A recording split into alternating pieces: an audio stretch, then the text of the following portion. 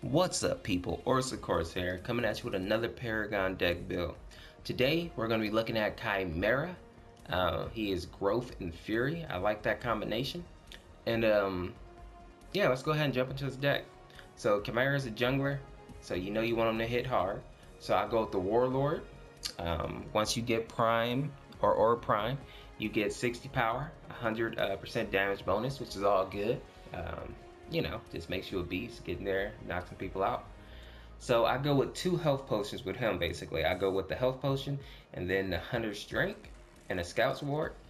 Now, you can argue that you might not need your Scout Ward on a jungler. I like to keep it though, especially for the safe lane, because a lot of times the support and the ADC don't have wards for whatever reason.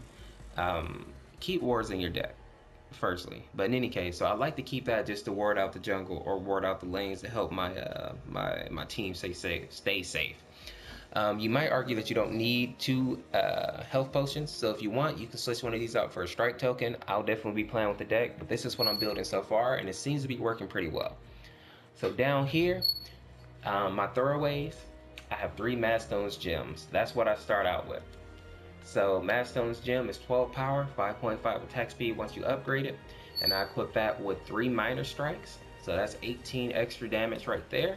So early on it gives me a good amount of damage, and that's what you want, because you want to try to gank your off lane, especially, you know, I mean, gank wherever you can, of course. If you see somebody out or overextended, get them, but especially your off lane, like help your Greystone, help your Sevarog, your Fang, whoever's over there, or it could be a caster, it could be Gideon, whoever, but help them out. Make sure that you're harassing that enemy ADC. So the second Madstone's gem, exactly the same, 3 minor strikes. Then the last one, I ran out of minor strikes, so I just did minor cast, which all is good. So I start off with those 3, and if you can get some ganks early on, it's easy to steamroll with these, because they give you a nice attack speed, nice damage early. Now, as we get into the deck proper, that's when I start building my crit and attack speed. So let's start out with the Impact Hammer. Impact Hammer, 12 power, 4% crit, 4% crit once you fully upgrade it. That comes with 2 major strikes and then a wound. Now, I like that because that's 18 power right there, and then the wound gives you 8% crit. So that right there has me sitting at 16% crit and a good attack power. So I like the Impact Hammer. I have a second Impact Hammer. I built that exactly the same, and that puts me at, I want to say, around 32% crit, which is nice. And then as we get down here, I go into my micro nukes. Now, I usually build these before the Impact Hammers, but we're just going down the row. Now, the micro nukes gives you 12 power, 4% crit, and then 6 power once you fully upgrade it.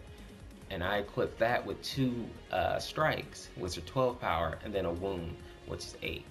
So I'm getting a good crit chance, good damage. I have a second micro nuke. This one I don't build any crit, I go straight power though, so 3 strikes. And then here I have the Wind Carver's Blade. I want to get a little more attack speed going in the deck, so I go with the Wind Carver's, and that is 6 power, 5.5 attack speed, 12 power once you fully upgrade it. And I equip that with 2 major kinetics, giving me a good attack speed, and then a strike, giving me that damage. The last card I'm building is the Hunger Maul. Now that is basically the only reason I'm building this really is for the 100% crit bonus, but the lifesteal is also pretty good. So 2.5 lifesteal, and then I equip this with 3 lesser drains, giving me 10% lifesteal. On top of his spirit regeneration, that's enough lifesteal to make it viable. He has pretty good sustain, especially if you pick your engagements. If you just jump in there 1v5, you're gonna die, right? But if it's a team fight and they're not necessarily focusing you, I mean, it's pretty good. It does the damage, and more importantly, it gives you that bonus to crit. It makes it easier to burst down their ADC. So this is how I'm building Khaimera right now. I'm liking Khaimera in MOnolith right now.